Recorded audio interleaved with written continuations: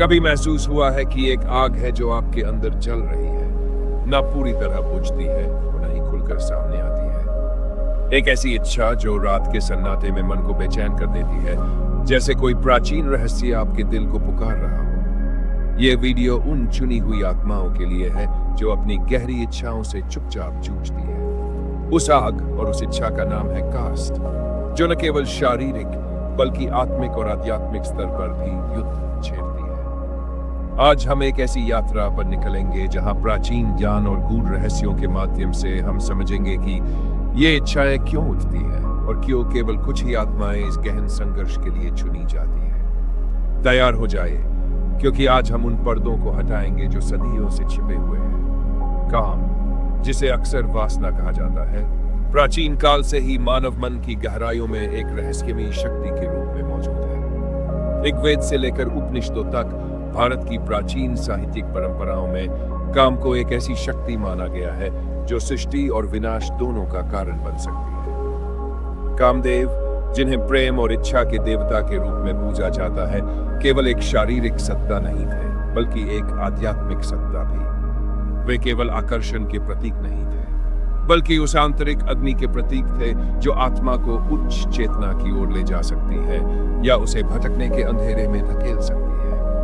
उपनिषदों में काम को माया का एक रूप माना गया है जो आत्मा को सांसारिक बंधनों में बांध सकती है। फिर भी यदि इसी काम को सही दिशा में प्रवाहित किया जाए तो यह मोक्ष का द्वार भी खोल सकती है। प्राचीन मिस्र की सभ्यता में भी इच्छाओं को एक पवित्र और खतरनाक शक्ति के रूप में देखा गया था। उनकी मान्यताओं में हृदय की गहरी इच्छाएं आत्मा के पुनर्जन्म से जुड़ी थी, लेकिन अनियंत्रित इच्छाएं आत्मा को अधोलोक के भूल भुलैया में भटका सकती थी। यही विचार ताओवादी दर्शन में भी मिलता है, जहां कहा गया है कि इच्छाओं को यिन और यांग के संतुलन में नियंत्रित किया जा सकता है। लेकिन सवाल उठता है कि क्यों केवल कुछ ही आत्माएं इस गहन आंतरिक युद्ध के लिए चुनी जाती हैं? इसका उत्तर प्राचीन तांत्रिक ग्रंथों में छिपा है, जैसे कि काल संहिता।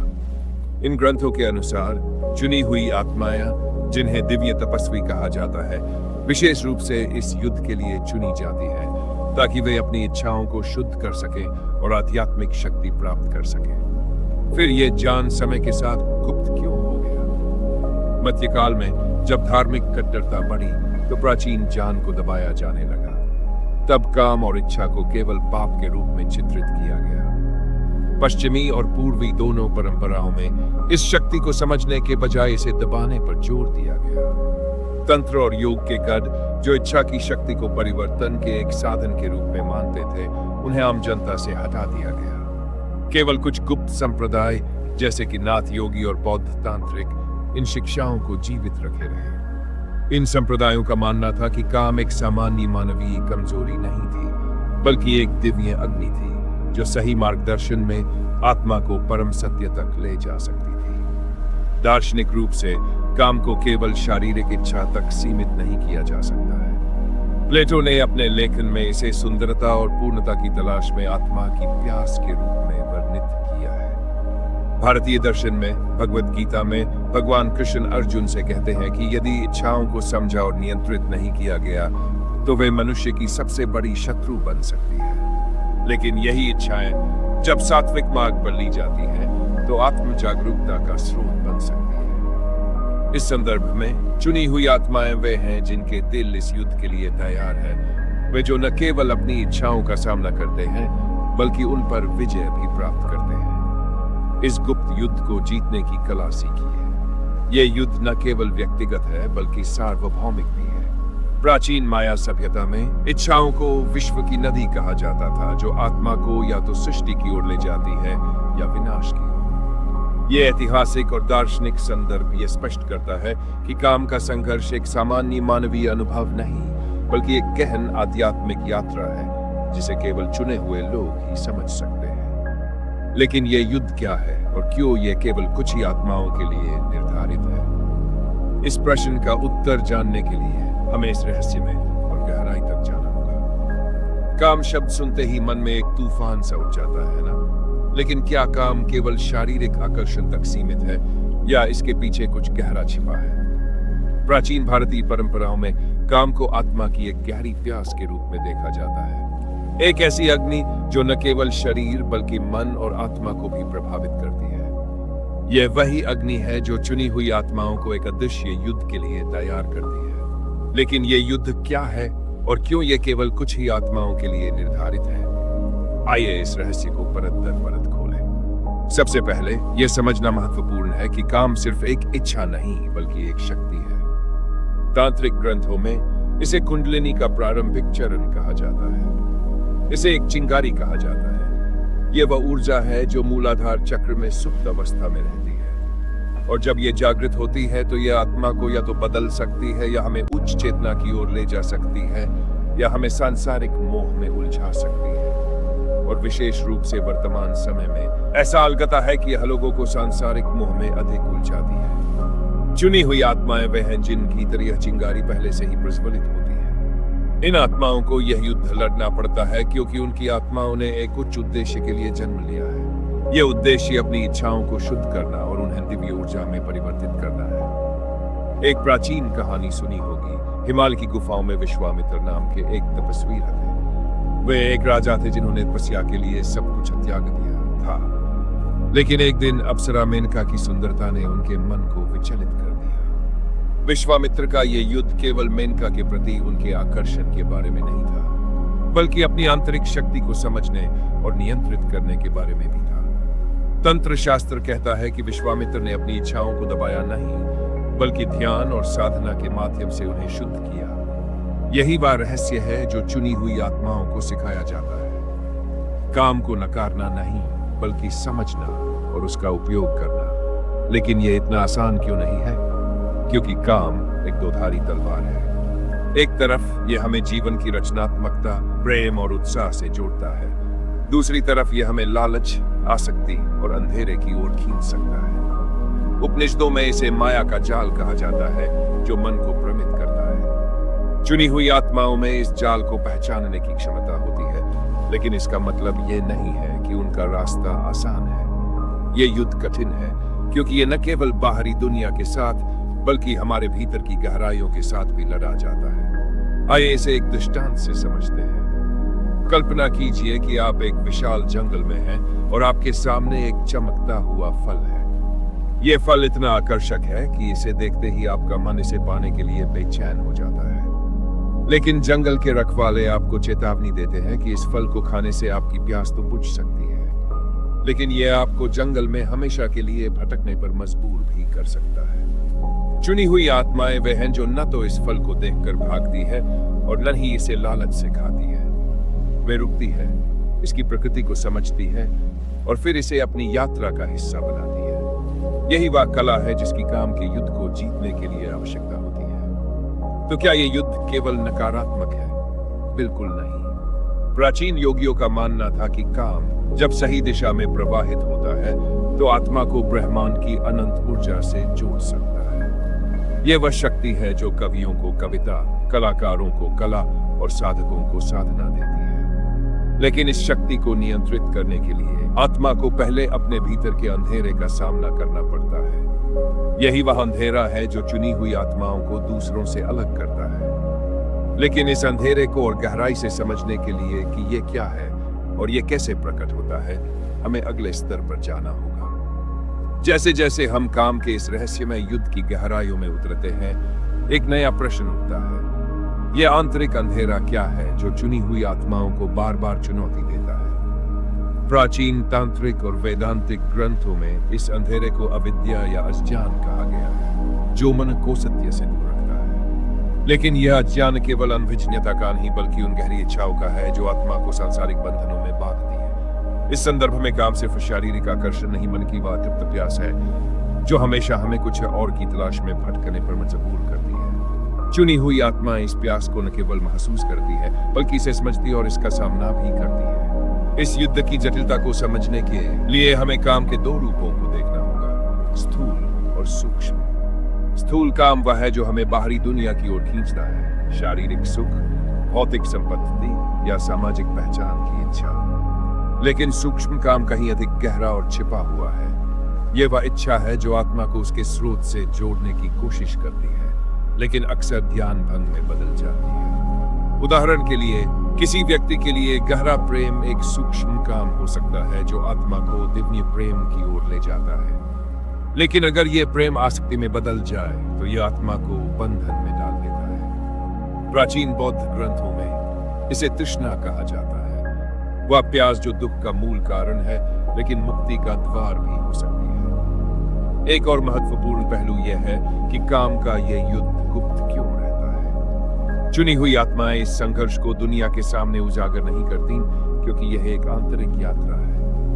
तंत्र शास्त्र में इसे गुप्त साधना कहा जाता है, जहां साधक अपनी इच्छाओं को बाहरी दुनिया से छिपाता है और उन्हें अपने भीतर शुद्ध करता है। ये गोपनीयता आवश्यक है, क्योंकि बाहरी दुनिया अक्सर इस युद्ध को गलत समझती है। समाज काम को केवल मुक्त होने की इच्छा के रूप में देखता है। कई लोग इसे पाप या कमजोरी मानते हैं, जबकि प्राचीन ज्ञान कहता है कि यह एक शक्ति है जिसे समझने और नियंत्रित करने की आवश्यकता है। चुनी हुई आत्माएं ये युद्ध अकेले लड़ती है, केवल अपने गुरु या आंतरिक चेतना के मार्गदर्शन में। लेकिन क्या यह युद्ध केवल एक संघर्ष है या इसमें एक रहस्यमय आनंद छिपा है?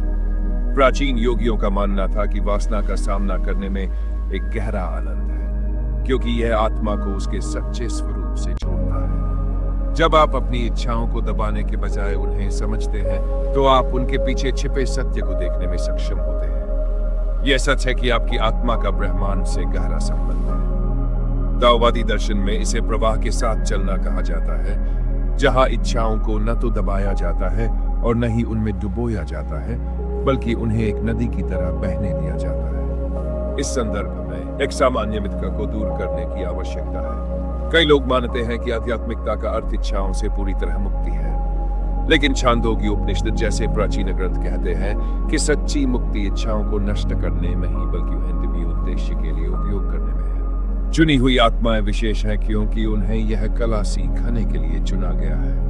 उनमें अपनी वासना को एक मोमबत्ती की लौ की तरह जलाने की क्षमता होती है।